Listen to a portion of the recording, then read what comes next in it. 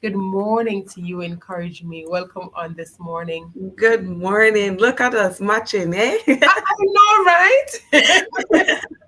Good morning to you, Lady D, and good morning to you, Danielle. And good morning, good morning. Good morning, positive vibration. I trust that you are doing well this morning. God is indeed amazing. Now, this morning's topic is one that came back to me. I did this on this theme on June 11, where I shared with Pastor G on the theme "Wait on God" on the Caribbean Praise Radio Network. And while I was pondering what to share today, the same title, "Wait on God," came back to me. Mind you, yesterday, while Lady Teacher and I we were talking, she was sharing the song with me, and then it kept pondering in my spirit as I dozed off to sleep. Around 3 a.m. this morning, I got up to dialogue with God and listen to a few songs, then read James chapter 1.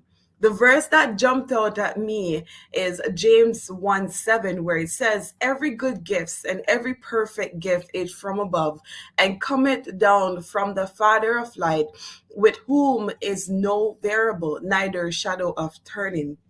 You see, people of God, the Lord reminded me in this morning's dialogue that the wait may be long and hard. However, in the end, there is beauty. We are at times plunged into a waiting season because God knows what He wants to perfect in us. He knows when to give us those beautiful gifts. This morning, also, he used another analogy to bring this theme home to me. My phone got disrupted yesterday and I had to get a new phone. This morning, when transferring the messages from that whole phone, there were about 2 or 3 times it got disrupted. I waited patiently, then closed the error message, after which I start the process over and over again from top. At one point, I got frustrated, then I moved the devices to another location and let them just stay there. After, just go back to listening to the worship. And then after a while, the transfer was completed. I was relieved and said, "Yes, I finally see the WhatsApp messages again." Just like how I had to wait for the transfer to happen, that's how we must wait on God to come through for us. This week's theme on a call to live righteously definitely is a reminder of how God requires us to live. You see, if we don't wait, we will end up, restarting the process over and over and over again. Starting over is not bad. However, it's the lesson we need to learn in those moments. The wait may be painful, but in the end, a beautiful gift awaits us. There are so many times we try to help God because our impatient nature could not endure. Often when that happened, we realize it was too soon, and guess what?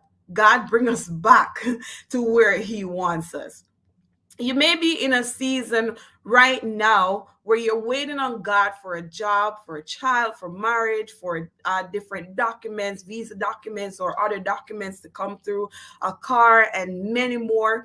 Don't lose hope today. God's promises, it still stands because great is His faithfulness towards us. In your season of waiting, ensure that you are working, that the work is being done. Remember, we have to give God something to work with. Patience is the key to achieve anything from God. God is not in a hurry, neither should we. Another thing, society's timeline is not God's timeline. Remember, He said it in Jeremiah 29:11. For I have a plan for you, declares the Lord, a plan to prosper you and not to harm you, a plan to give you hope and a future. Stay with God and keep His plans in mind, for His promises, they still stand. Continue to wait upon God. Have a wonderful day. God bless you.